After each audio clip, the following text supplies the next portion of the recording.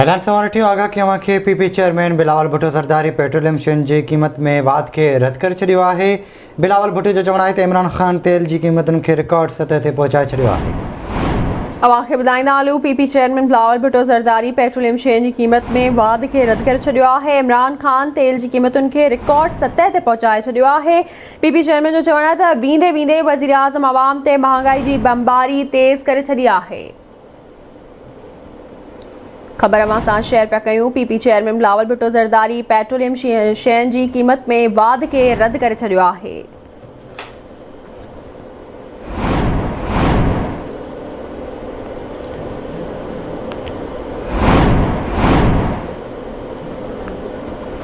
तफ़सील वठंदासीं कराची मां नजीब नाइज खां। नजीब आगाह कजो, पीपी चेयरमैन जो वधीक छा चवणो? जी बिल्कुल, बिशारत की people's party chairman Bilawal Bhutto Zardari में जारी कल बयान में तेल की कीमतुनि जी जेको वाध थी आहे उनखे रद्द करे छॾियो आहे। उनजो आहे त महांगाई, बेरोज़गारी, गुरबत, डॉलर ऐं करप्शन बाद इमरान ख़ान तेल जी कीमतुनि में रिकॉर्ड वाध कई आहे। कीमतुनि में वाध अवाम जी जेब ते धारो हणणु बराबरि आहे, जंहिंखे अवाम क़बूल न कंदो।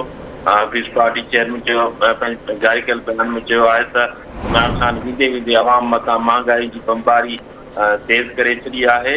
हुनजो आहे त CNG स्टेशनूं गुज़िरियल 3 महीननि खां बंदि आहिनि। पेट्रोल जी क़ीमतुनि में वाध सां महांगाई में तमामु घणी जेको आहे वाध थींदी आहे। आम वाइदे जूं शयूं जेको आहिनि उहे अवाम जी पहुच खां वधीक परे थी वेंदियूं।